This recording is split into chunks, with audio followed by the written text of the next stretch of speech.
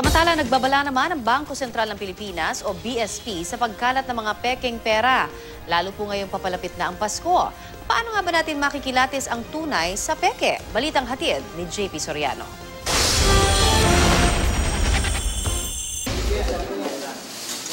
Kamakailan lang, bulto-bulto ng pekeng 500 at 1,000 peso bills ang nasabat ng mga pulis nang salakayin nila ang isang pagawaan umano ng pekeng pera sa Recto sa Maynila. Sa dami, hindi pa matiyak kung magkano ang kabuuang halaga nito kung naging totoong pera.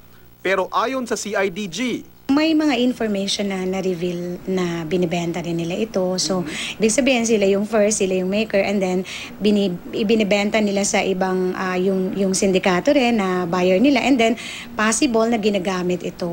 So, ginagamit na pambayad din. bukod sa mga naarestong gumagawa umano ng pekeng pera sa Maynila, may naaresto rin ng CIDG na gumagawa umano ng pekeng pera sa Cebu at Cagayan de Oro nitong mga nakaraang buwan. At dahil matagal-tagal na rin daw ang kanilang operasyon, posible raw na kumalat na ang mga pekeng perang ito sa publiko. Ayon sa Bangko Sentral ng Pilipinas, posibleng magamit ang mga pekeng pera, lalo na ngayong Christmas season. Ang nakakabahala pa, mas lalo raw gumagaling ang mga namemeke ng pera ngayon at pinag-aaralan talaga ang kalidad ng pera. Pero may mga paraan daw para malaman kung peke o hindi ang pera sa pamamagitan lang ng pagsalat. Ipinakita ng BSP sa GMA News ang mga palatandaang peke o tunay ang pera. Una, gamit daw ang inyong kuko. Padaanin ito sa nakaguhit na buhok sa mukha ng bayani sa pera. Pag dinaanan mo ng kuko mo, may maramdaman kang very, very fine reeds. Parang sumasabit ang kuko. Sa peke, hindi mo mararamdaman yan. Tignan din daw ang watermark sa kanang bahagi ng pera. Dapat daw makita ang mukha ng tao kapag pinagalaw ito. Dapat din daw tignan ang makintab na linyang ito na tinatawag na windowed security thread. Pag ginanong-ganon mo yung pera, iba mo yung angulo, napapansin mo nag-iba ang kulay. Green to red, green to red. Itong peke, wala.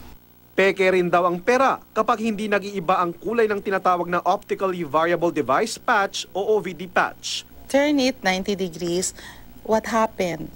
Ay, iba yung ano nila. Nagkapalitan ng kulay. Yung blue naging, yung navy blue or yung violet naging green, yung the other one, nagpakapalitan sila ng kulay.